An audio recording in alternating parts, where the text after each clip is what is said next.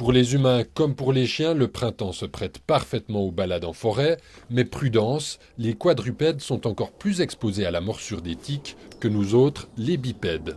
Les chiens se trouvent à une hauteur idéale de présence des tiques, jusqu'à 1 mètre, 1,20 m pour une tique adulte.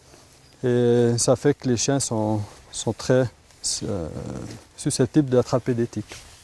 Or, le risque est accru au printemps car les températures relativement douces conviennent particulièrement bien aux tiques. À partir d'une température de 7-8 degrés jusqu'à 24 degrés, les tiques sont actives et c'est vraiment là qu'il faut faire attention. Donc en Suisse, ça peut être toute l'année. Et le printemps, mai, juin sont quand même les périodes où les tiques sont le plus actives durant l'année.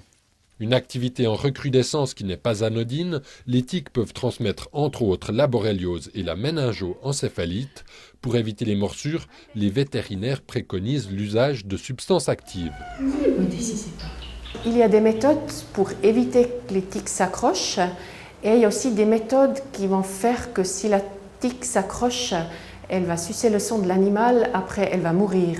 C'est ça ce qu'on appelle des adulticides et c'est ça ce qui est surtout important. Important en premier lieu pour les propriétaires de chats et de chiens, car les animaux eux-mêmes ne développent que rarement des maladies.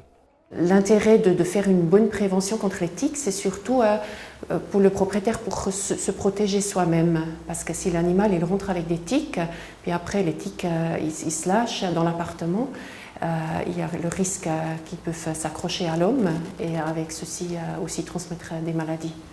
Après quelques minutes, une tique se promène sur notre cobaye. Il est donc impératif, après chaque balade, de contrôler son animal. En cas de morsure, il existe des pinces à tiques. Attention, les tiques attaquent.